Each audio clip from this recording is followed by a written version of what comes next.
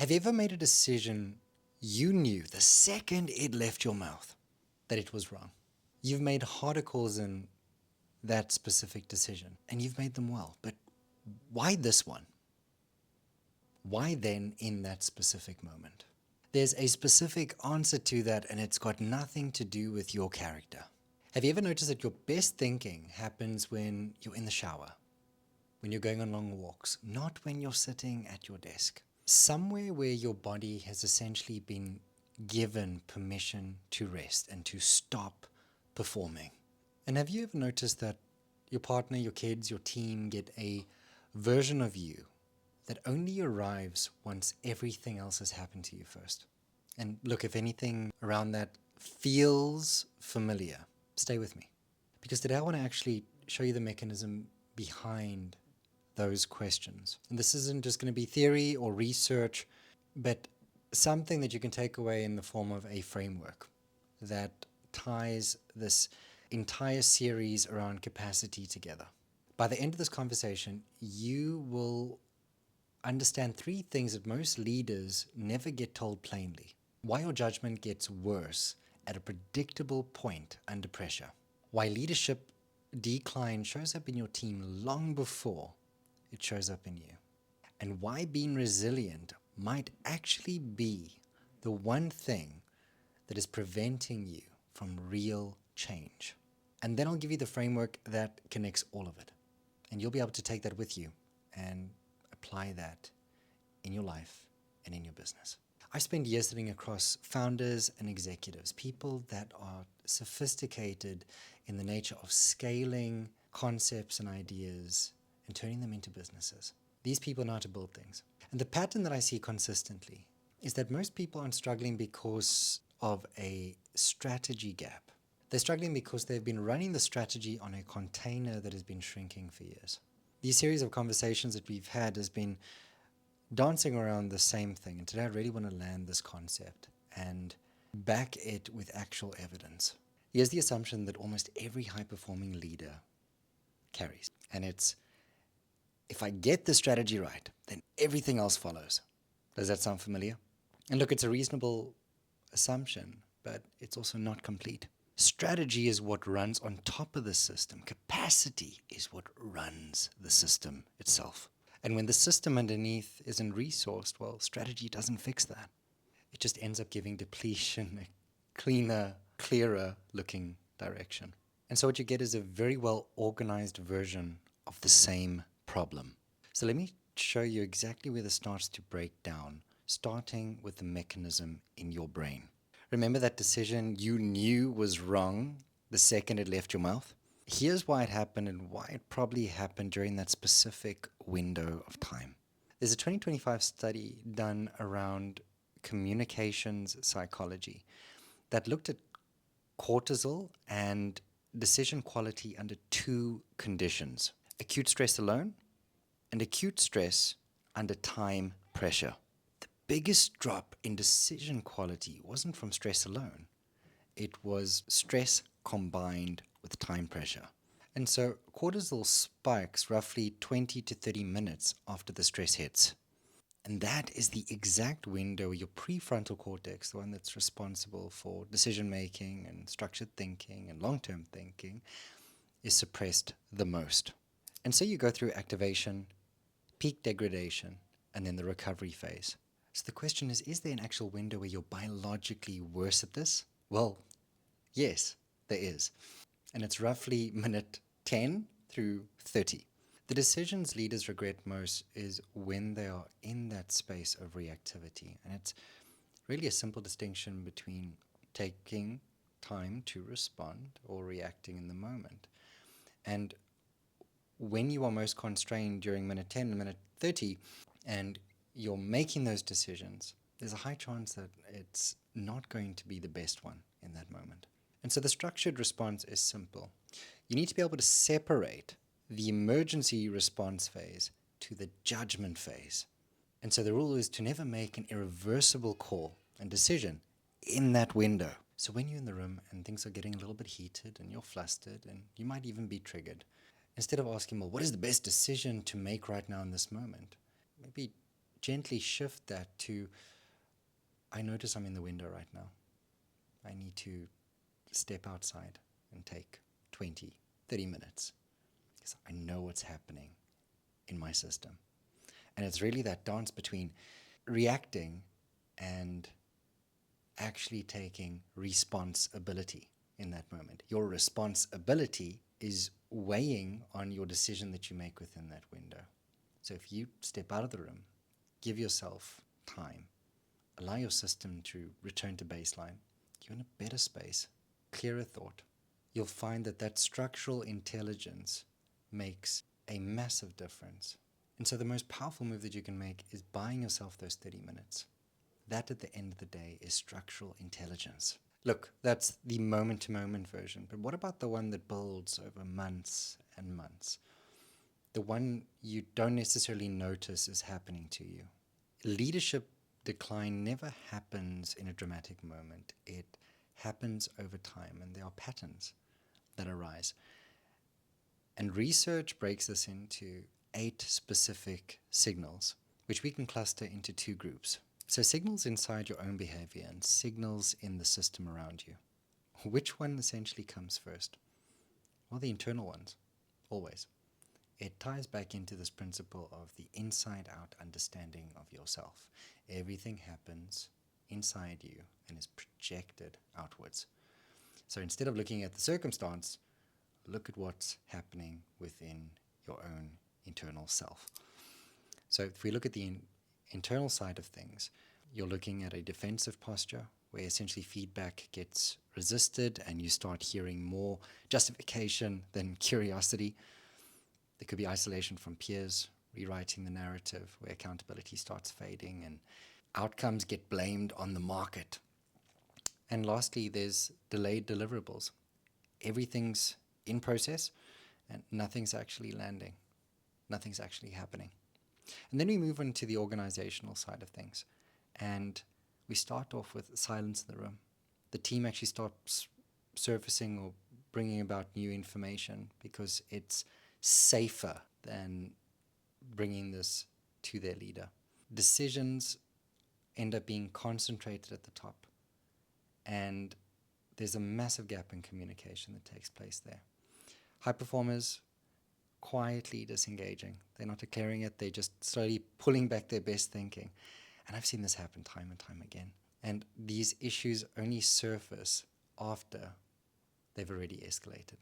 And by the time these organizational signals start surfacing, how long have those internal signals been running? For months. And this is the part that most people miss. The team isn't the early warning system. The nervous system was the early warning system. It just wasn't noticed. It wasn't being read effectively. The internal signals are invisible to everyone except the person who is experiencing them. And they're the ones who's carrying the defensive posture, the narrative drift, the isolation.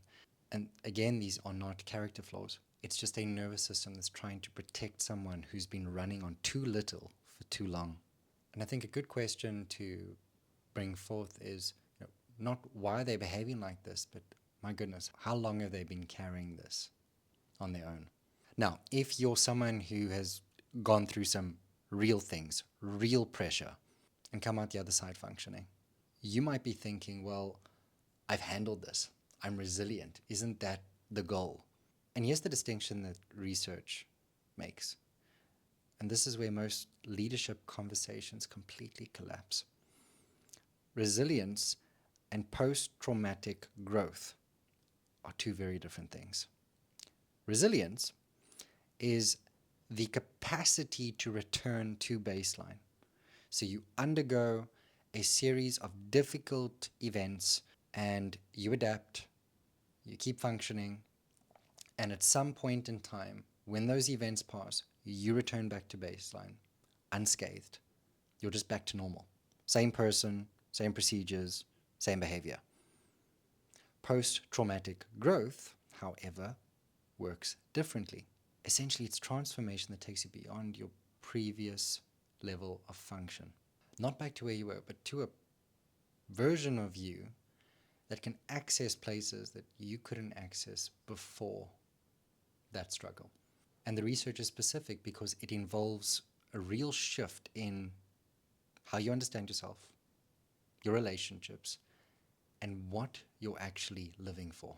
So you can look at the two responses to pressure, this comparison table between resilience and post-traumatic growth. So the question, how do I get back to where I was, is something that comes up so often on the resilience front versus on the growth front. What is this asking me to become?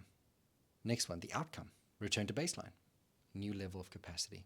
What it feels like, I got through it, I'm back. And on the growth side, it's, I'm not who I was, and that's not a loss. And you'll typically hear people saying, I had to give up parts of myself to become who I am and embody what I am in this now moment.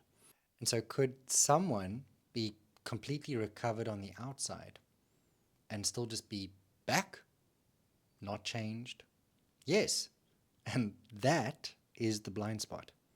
A lot of high-performing leaders believe that they've been resilient, but they've actually just been enduring, managing pressure rather than letting it change anything. And the data backs this up specifically. Growth predicted an increase in emotional recognition, the ability to essentially read yourself and other people more accurately. Resilience showed no relationship to that at all. A good way to look at this is resilience gets you back on track, whilst growth builds a completely different track. A lot of people that I've worked with over the years think that they are resilient, and they've been able to get through it. But they get through it and they leave unchanged. They're just back to how they were before whatever they circumnavigated.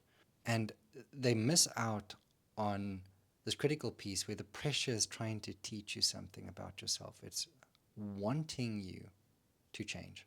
And it's a gentle shift from, I need to get through this and just focus on the recovery, to I'm going to allow whatever I'm experiencing to teach me what I need to learn about myself and grow as I am navigating this process. So it becomes about not surviving the next chapter, but rather being changed by the one that you're in. So the window, the signals, the resilience trap, all three of those things combined bring us to this framework. And it's not found in any one finding. It is tied into a series of conversations around capacity and identity and the nervous system. Your internal state is not a private matter. It is an upstream variable for everything downstream. So what does that actually mean? It's a loop, and I call it the capacity safety loop. And so your internal state determines your decision quality. Your decision quality determines whether your team or family feels safe enough to think and act and to take initiative and to be themselves around you.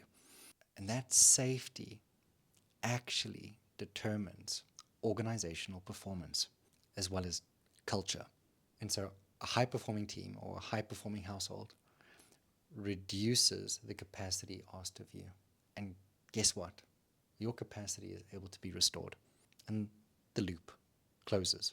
And just to note, this runs both ways. It compounds in both directions. So you've got a leader's internal state, regulated or dysregulated, everything's going to start here. You then move into your decision quality. Internal state determines the speed, the clarity, and the reversibility of decisions.